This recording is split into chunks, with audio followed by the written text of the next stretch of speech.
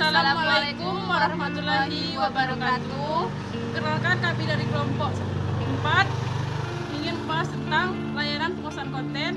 Saya Ayu Nadira, NIM 20641006, dan rekan saya Febi Kunitasari, NIM 20641017. Assalamualaikum warahmatullahi wabarakatuh. Perkenalkan, nama saya Ayu Nadira, NIM 20641006. Baiklah, di sini saya akan menjelaskan layanan penguasaan konten. Prayetno menjelaskan bahwa layanan penguasaan konten merupakan layanan bantuan kepada individu sendiri-sendiri ataupun dalam kelompok untuk menguasai kemampuan atau kompetensi tertentu. Melalui kegiatan belajar, kemampuan untuk kompetensi yang dipelajari dalam layanan penguasaan konten merupakan satu unit konten yang di dalamnya terkandung fakta dan data, konsep, proses hukum dan aturan, nilai referensi, aktivitas, sikap, dan tindakan yang terkait di dalamnya. Merupakan bantuan yang diberikan kepada individu untuk menguasai kemampuan atau kompetensi konten tertentu untuk kegiatan belajar. Dari beberapa pengertian di atas, dapat kita lihat bahwa layanan penguasaan konten sebagai salah satu layanan bimbingan konseling merupakan layanan membantu siswa menguasai kompetensi-kompetensi yang berkaitan dengan sikap dan kebiasaan mahasiswa untuk kegiatan health. Tujuan penguasaan konten yang pertama yaitu tujuan khusus dan tujuan umum. Baiklah, yang pertama yaitu tujuan umum. Dari layanan penguasaan konten merupakan satu konten tertentu. Penguasaan konten ini perlu bagi individu atau klien untuk menambah wawasan dan pemahaman, menggerakkan penilaian dan sikap menguasai secara kebiasaan tertentu. Untuk memenuhi kebutuhannya, mengatasi masalah-masalahnya. Yang kedua yaitu tujuan khusus. Tujuan khusus yaitu, sedangkan dari tujuan khusus penguasaan konten dapat dilihat pertama dari kepentingan individu atau klien mempelajarinya, dan kedua isi konten itu sendiri. Tujuan khusus layanan PKO yang terkait dengan fungsi konseling. Yang pertama yaitu fungsi pemahaman, kedua fungsi pencegahan, yang ketiga fungsi pencegahan, keempat fungsi penguasaan dan pemeliharaan, dan yang kelima yaitu fungsi advokasi. Melihat definisi beberapa ahli tersebut, dapat disampaikan bahwa tujuan layanan penguasaan konten adalah untuk memahamkan, mengembangkan, dan membelajarkan siswa terhadap suatu konten tertentu dan sesuaikan kebutuhan siswa. Di sini saya akan melanjutkan materi dari rekan saya, yaitu yang pertama, konselor.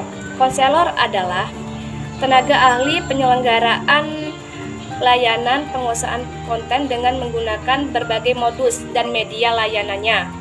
2. Individu. Individu penerima layanan penguasaan konten dapat merupakan peserta didik seperti siswa di sekolah, konseling yang secara khusus menentukan bantuan konselor, atau siapapun yang memerlukan penguasaan konten tertentu demi pemenuhan tuntutan perkembangan dan atau kehidupannya. Yang ketiga, konten. Konten merupakan isi layanan penguasaan konten, yaitu satu unit materi yang menjadi pokok pembahasan atau materi latihan yang dikembangkan oleh konselor dan diikuti atau dijalani oleh individu peserta layanan.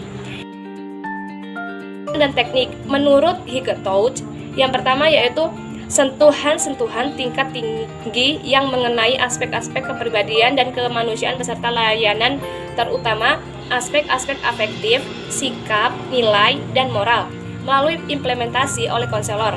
Yang kedua, Higetouch, yaitu teknologi tingkat tinggi untuk menjamin kualitas penguasaan konten melalui implementasi oleh konselor. Metode dan teknik penguasaan konten. Yang pertama, yang harus dilakukan seorang konselor harus menguasai konten dengan berbagai aspeknya yang akan menjadi isi layanan. Makin kuat penguasaan konten ini akan semakin meningkatkan kewibawaan konselor di mata peserta layanan. Untuk memperkuat penguasaan konten, pemanfaatan berbagai sumber oleh konselor sangat diharapkan. Suatu konten tidak hanya dapat dibangun berdasarkan sumber-sumber yang canggih, melainkan materi konten yang dapat dibangun dengan memanfaatkan kondisi dan berbagai hal yang ada di lingkungan sekitar. Pelaksanaan layanan penguasaan konten.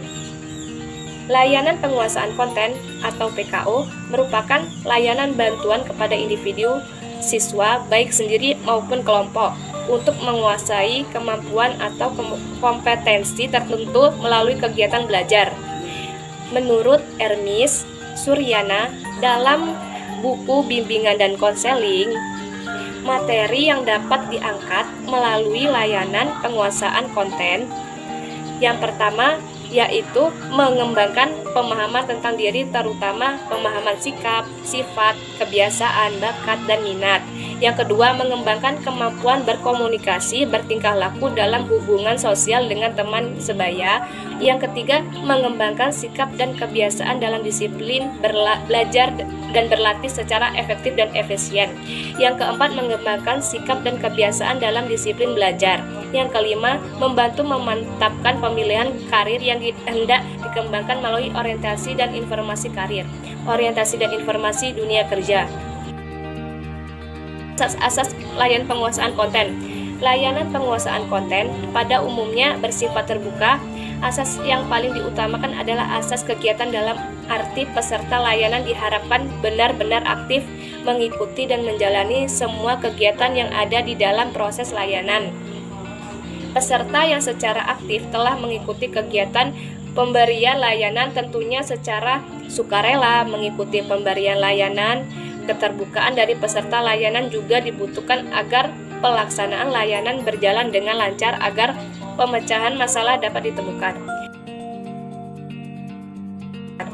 Kegiatan pendukung. 1.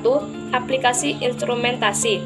Hasil aplikasi instrumentasi dapat dijadikan konten dalam layanan PKO, skor tes, sosiogram, hasil umum dan PTSDL, hasil ulangan dan ujian, hasil angket dan lain-lain. Merupakan konten yang aktual dan dinamis, khususnya bagi responden yang peserta aplikasi instrumentasi. Yang dimaksud dalam hal ini asas kerahasiaan.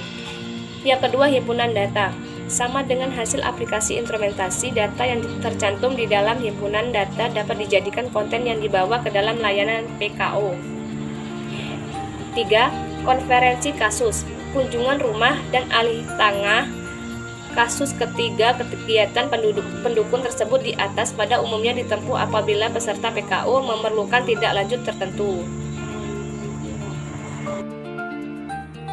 Baiklah, sekian, terima kasih. Wassalamualaikum warahmatullahi wabarakatuh.